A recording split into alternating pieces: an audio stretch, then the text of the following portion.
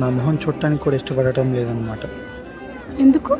ఈసారి నా మొహం మీదనే అబద్ధాలు మళ్ళీ మళ్ళీ చెప్పడానికా? అబద్ధాలు చెప్పాలి అనేది నా ఉద్దేశం కాదు కావ్య. చెప్పిన ప్రతి దానికి ఒక కారణం ఉంటుంది. ఎలాంటి కారణాలైనా మనం చేసిన తప్పుల్ని కవర్ చేసుకోవడానికిగా వాడేది. ప్రతి కారణం కవర్ చేయడానికి కాదు కావ్య, ప్రేమను కాపాడుకోవడానికి కూడా అవుతాయి. ప్రేమ కాపాడుకోవడం ఇవేవి నువ్వు మాట్లాడాల్సిన మాటలు కాదు కళ్యాణ్. ఇక్కడ ప్రేమించింది నేను, ఆ ప్రేమ కాపాడుకోవాలని ప్రయత్నిస్తుంది నేను మాత్రమే. ఏమైంది కావ్య నీకు? ఎందుకు అలా మాట్లాడుతున్నావు? నీ మాటలు వింటుంటే ఖచ్చితంగా నాతో గొడవ పడాలని వచ్చినట్టు అనిపిస్తుంది. నేను చాలా సింపుల్గా చెప్పి వెళ్ళిపోదాం అనుకున్నా, కానీ ఈ కన్వర్సేషన్ అంతా కాంప్లికేటింగ్గా వెళ్తుంది. అది కూడా నీ వల్లే. అంటే ఏంటి? వదిలి వెళ్ళిపోతానంటే సరే ఓకే అని సంతోషంగా సాగనంపాలా? ఎందుకు ఏంటని క్వశ్చన్ చేయకూడదా? నువ్వు నాకు కావాలి Kavya. I love you and I'm sorry. ఇప్పటి వరకు నేను చేసిన ప్రతి పనికి, నువ్వు ఫీల్ అయిన ప్రతి దానికి ఐమ్ సారీ. ఇక చాలు కళ్యాణ్, ఇప్పటివరకు జరిగింది చాలు. ఇంకా నాకు ఓపిక లేదు. నువ్వు మాత్రం తప్పు చేసి దానికి సారీ చెప్పినంత ఈజీ కాదు. అవతల వ్యక్తి ఆ సారీని యాక్సెప్ట్ చేయడం.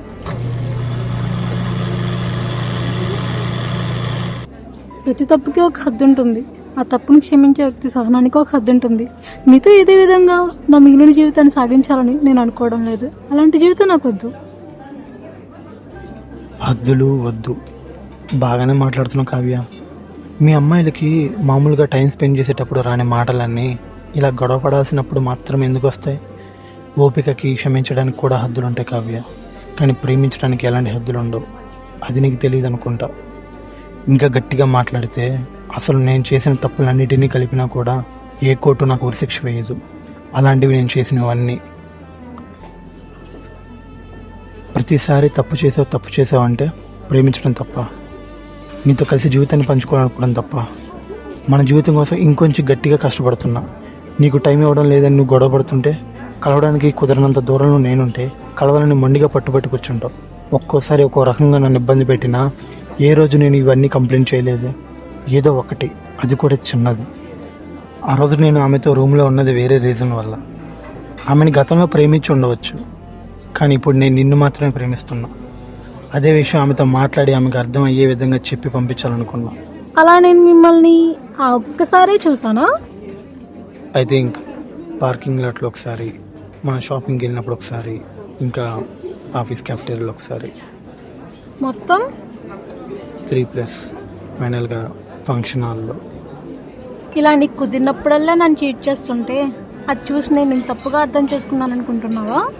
దానికి నా ప్రేమ ఆ టైంలో అర్థం కాలేదు. ఇప్పుడు నన్ను మిస్ అవుతున్నానని ఇలా ప్రతి చోట మిస్ అవ్వకుండా వస్తుంటే ఆ తప్పు నాదా? ఆమె నన్ను కలిసిన ప్రతిసారి నీతో వివరంగా చెప్తూనే వచ్చాను. కలిసారా? హే, కలవడం అంటే నువ్వు అనుకున్నట్టు ఇలా ఒకరినొకరు కలవడం కాదు. మామూలుగా కలిసి మాట్లాడుకున్నాం అన్నమాట.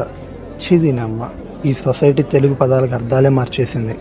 సొసైటీ అర్థాలనే మార్చేసిందేమో, కానీ నువ్వు కళ్ళ ముందు చూసి నిజాలనే మార్చేసావు. కళ్ళతో చూసిన ప్రతిదీ నిజం కాదు కావ్య. మరి నిజాలేంటి? నేను చెప్పినవి. అప్పుడు నేను చూసినవి, అడిగినవి అబద్ధాలు. అంటే ఇక్కడ అబద్ధాలు చెప్తుంది నువ్వు కాదు, నేను. అంతేగా నువ్వు అంటుంది? నేను అలా అనడం లేదు. నాకు అలాగే అర్థమైంది. అరిచేస్తే అర్థాలు మారిపోవు కావ్య. నీకు ఎంత చెప్పినా అర్థం కావట్లేదు. నీకు కొంచెం బ్రేక్ కావాలి. టైం పడుతుంది ఇదంతా సెట్ అవ్వడానికి. ఒక 2 రోజులు మనం అక్కడికి వెళ్ళొద్దామా? నాకు బ్రేక్ కావాలి కళ్యాణ్, కానీ 2-3 రోజులు కాదు, లైఫ్ లాంగ్ నీతో బ్రేక్ కావాలి. మనం విడిపోదాం కళ్యాణ్. రిలేషన్షిప్ని కాపాడుకోవడం కోసం చాలానే ప్రయత్నిస్తున్నా కావ్య. నువ్వు సింపుల్గా జస్ట్ బ్రేక్ దిస్ రిలేషన్ అంటున్నావు. మీ ఎవరికి నేను ఉన్నప్పుడు నా ప్రేమ ఎందుకు అర్థం కావట్లేదు? నాకు అర్థం కావట్లేదు. నీ ఇష్టం కావ్య. ఉండాలంటే ఉండు, వెళ్ళాలంటే వెళ్ళు. నీకోసం నేను ఇప్పుడు ఎదురు చూస్తూనే ఉంటాను. నీ బ్రేక్ టైం కంప్లీట్ అయిన తర్వాత తిరిగి వచ్చాయి. అలాంటి రోజు రాకూడదని కోరుకుంటున్నాను. Good bye Kalyan, for ever.